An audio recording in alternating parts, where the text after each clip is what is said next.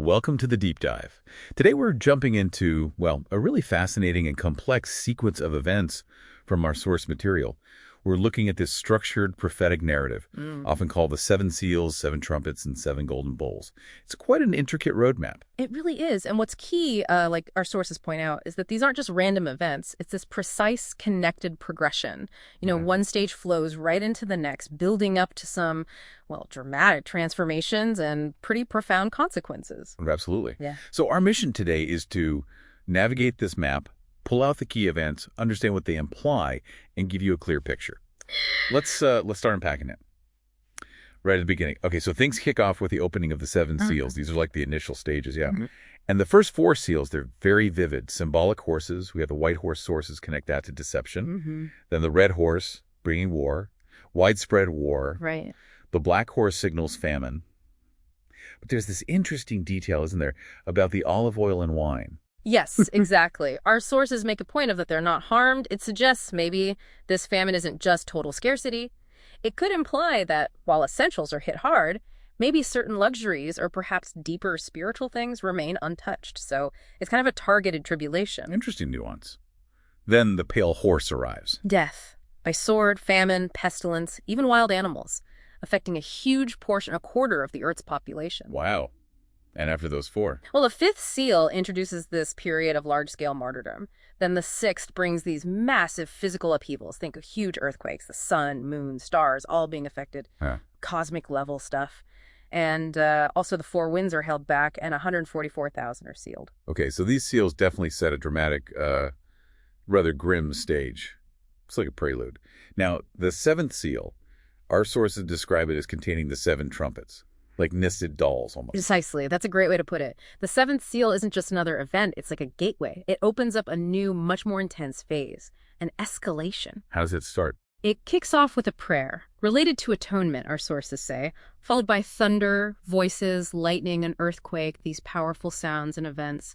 Then the first four trumpets sound, and the destruction ramps up significantly. Okay, what kind of destruction are we talking about? We're looking at a third of plants wiped out by hail and fire. A third of the sea destroyed, looks like, by a burning mountain. A third? Yeah, a third of the rivers poisoned by a falling star, and even a third of the light from the sun, moon, and stars gets diminished. Leading to massive food and water shortages, I imagine. Exactly. That one-third pattern is really significant in the source material. What's the thinking there? Why one-third? Well, our sources often interpret it as a severe warning, a major judgment impacting a huge portion, but crucially not total annihilation. It's devastating, but maybe leaves room for a response. And this leads into what are called the woes. The woes. The fifth trumpet is the first woe. It unleashes these locust-like creatures causing torment for 5 months. But, and this is important, those who are sealed are protected. Okay. Spared. Right. Then the sixth trumpet, the second woe, brings another massive loss of life. A third of humanity dies this time. A huge escalation. Wow. And this trumpet also signals the start of a specific 42-month period. Our sources describe it as a time of beast rule and great tribulation, especially for believers.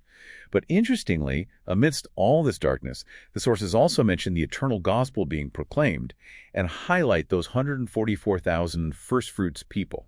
A counterpoint. Exactly. And it's also here, with the sixth trumpet, that the first resurrection specifically of martyr witnesses is said to occur. Okay, so that brings us to the seventh trumpet. What does that unleash? Our sources say this is the third woe, which involves the 7 golden bowls being poured out, the final plagues. Sounds intense. What are some examples? Well, things like grievous skin diseases, the sea turning entirely to blood, rivers too, scorching heat from the sun, then overwhelming darkness. It all culminates in this gathering at Armageddon. Yeah, these bowl judgments, they feel final. The sources portray them as sort of ultimate, unrestrained consequences. Unlike the 1/3 limitation earlier, these seem much more total in scope. It's like the completion of that judgment cycle. On to the seventh. It brings that familiar pattern back, but maybe amplified. More lightning, voices, thunder, earthquakes, plus great hail. And this leads to the final collapse of Babylon, as the sources call it. It is striking how that pattern, lightning, voices, thunder, earthquakes, keeps showing up at the seventh seal, seventh trumpet and seventh bowl. It really is. And our sources suggest a deep connection there. They often link it to sort of a cosmic reflection of the atonement process, like accessing the Holy of Holies. This pattern signals a profound divine action, a judgment that purifies, removing sin or death, ultimately paving the way for renewal. The new heaven and new earth. Exactly. And the land of Canaan mentioned right at the end of the narrative, a complete transformation. It's just an incredibly detailed and structured vision, from those first troubles all the way through global upheaval to, well, total renewal. Really layered stuff. Indeed. Which kind of leaves us with a question, doesn't it? Something for you, the listener, to think about. What does this pattern, this cycle of escalating challenge leading to profound renewal, tell us about how major transformations happen, whether in history or maybe even in our own lives? Is there sort of a universal rhythm there? Intense challenges often coming before that state of renewal? That's definitely something to mull over. How might these stages resonate with other stories of change, or perhaps even with your own experiences? Thank you for joining us on this deep dive today.